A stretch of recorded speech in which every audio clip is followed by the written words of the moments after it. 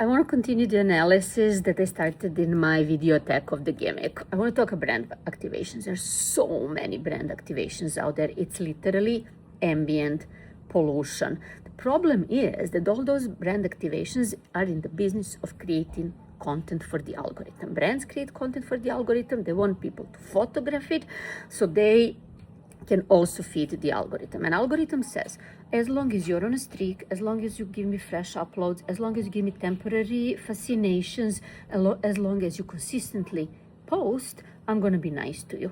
I'm going to get a lot of people to see your content. I'm going to get a lot of people to comment on your content. That's not real cultural influence.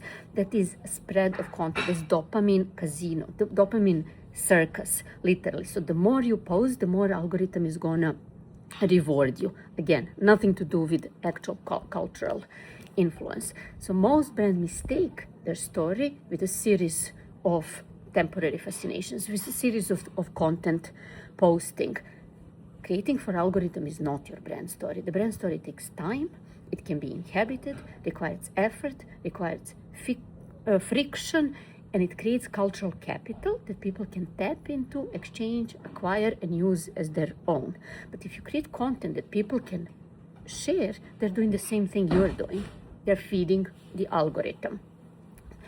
So we are not in attention economy. Average person is seeing 4,000 to 10,000 brand impressions a day. How to compete with that? Not by creating more impressions, by doing the opposite. When culture was moving fast, when culture was moving slowly, you could create things that stand out, that a lot of people would actually want to talk about. And culture is moving fast, you do the opposite.